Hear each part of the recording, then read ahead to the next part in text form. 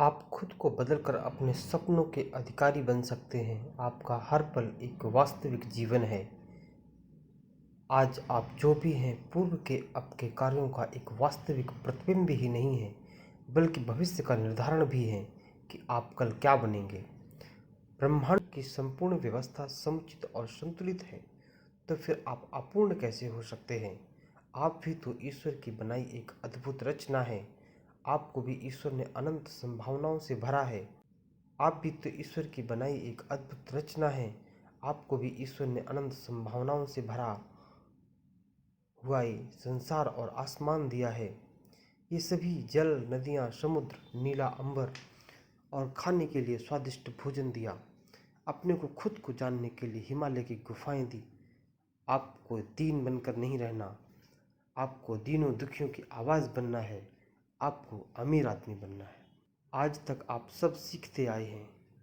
अब सब कुछ ऑब्जर्व करना है और कुछ ऐसा सीखना है जिससे सब कुछ हासिल हो सके। जब आप अपने जीवन में सोच ले कि हमें क्या सीखना है, तो वह चीज़ कुछ ही समय में आपके सामने प्रकट हो जाएगी। अगर आप सोचते हैं कि हमें कार चाहिए, हमें कार चलाना सीखना है और उसकी प्रबल इच्छा आपके अंदर है, तो वह कुछ ही समय के बाद आपके सामने होगी। कार आपके सामने किसी न किसी माध्यम से आप तक आएगी, या आपकी कोई मित्र आकर आपको कार सिखा देंगे। आपका जीवन गूगल के एल्गोरिथम की तरह काम करता है। हम एक बार किसी की वेबसाइट में जाएं और वहां जाकर जो चीज़ सर्च करते हैं, तो जब भी आप इंटरनेट पर जाते हैं तो वहां आपको वही चीज़ किसी न किसी माध्यम से जरूर दिखाई देती है। आज आप सीखेंगे, कल आप कमाएंगे। Today learn, tomorrow earn. दुनिया के मशहूर शिक्षकों ने हमें सिखाया कि सीखना दुनिया का सबसे ताकतवर काम है, दुनिया की सबसे ताकतवर कला है। करत करत अभ्यास के जड़ मत होत सुजान, रसरी आवत जाते शिल पर परत निशान। Idiots is getting busy with the practice of stacking chairs as the rope keep coming layer on the stone. सुकरात ने चंद्रगुप्त को सिखाया, प्लेटो ने अरस्तु को दुनिया के देखने का एक नजरिया दिखाया। अरस्तु ने सिकंदर को, विश्वामित्र ने राम को, द्रोणाचार्य ने अर्जुन को अभ्यास के द्वारा उनको खुद को इतना महान बनने के लिए कला सिखाई।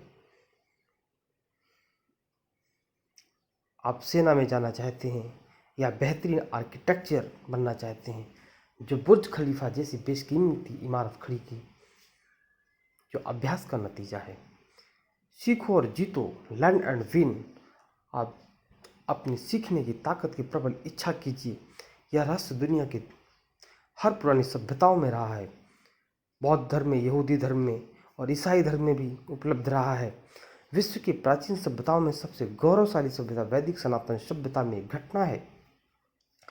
अर्जुन अपनी पत्नी सुभद्रा को युद्ध में इस्तेमाल होने वाली व्यूह रचना के बारे में बता रहे थे। उस वक्त अभिमन्यु सुभद्रा के गर्भ में थे।